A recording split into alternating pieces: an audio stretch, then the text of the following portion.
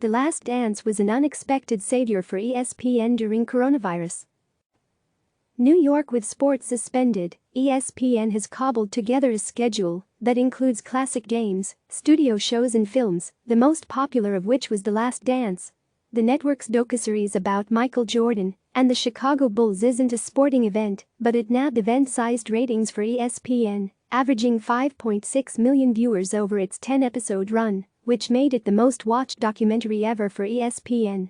To give that number some context, a Sunday night baseball game between the Boston Red Sox and New York Yankees last year brought in roughly 2 million viewers. Now, it's not very hard to get viewers to watch a documentary about the most popular athlete in history amid a pandemic that's forcing everyone to stay home, but The Last Dance has been an unexpected savior for ESPN by acting as a programming tourniquet. It helped ESPN bring in sports-like ratings during a time when sports are on hold. We knew it would be a big deal, even if it had gone as we had planned.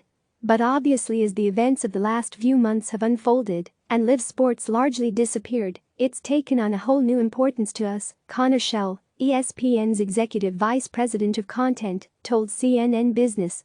Schell added that at a time when people are starving for sports, The Last Dance was able to give fans a reason to come together on Sunday nights. "I felt really good about ESPN's programming overall during this crisis," he said.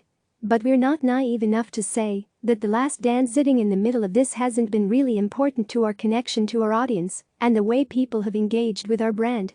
A sporting event without sports, ESPN announced in March that the series' premiere would move up to April from June to fill the void left behind by live sports. The strategy paid off. The documentary spawned memes, podcasts and social chatter on Twitter in the same way an NBA game would. The Last Dance filled in for sports so well that gambling sites even offered prop bets for its final episodes. However, moving the docuseries wasn't easy, according to Schell.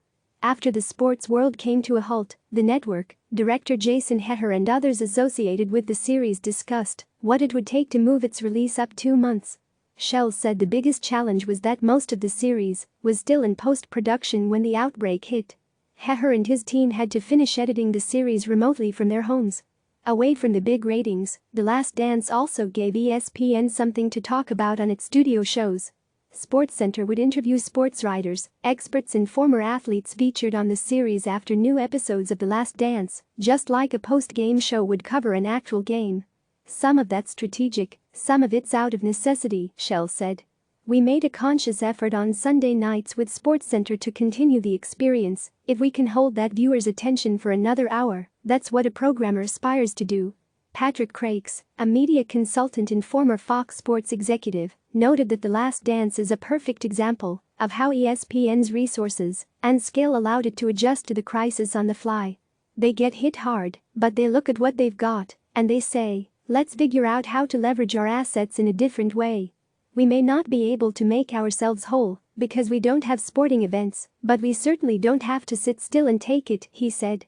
Going from Michael Jordan to Lance Armstrong, Crakes believes that people love sports because it's the human drama playing out in the moment, but in the absence of sports, films that tell those stories in a high-quality way is arguably the next best thing. ESPN is hoping audiences are ready to hear more of those stories. The network is airing 3 new documentaries over the next few weeks from its 30 for 30 film brand. The films will cover the lives of infamous cyclist Lance Armstrong and martial artist Bruce Lee, as well as the 1998 home run chase between Mark McGwire and Sammy Sosa.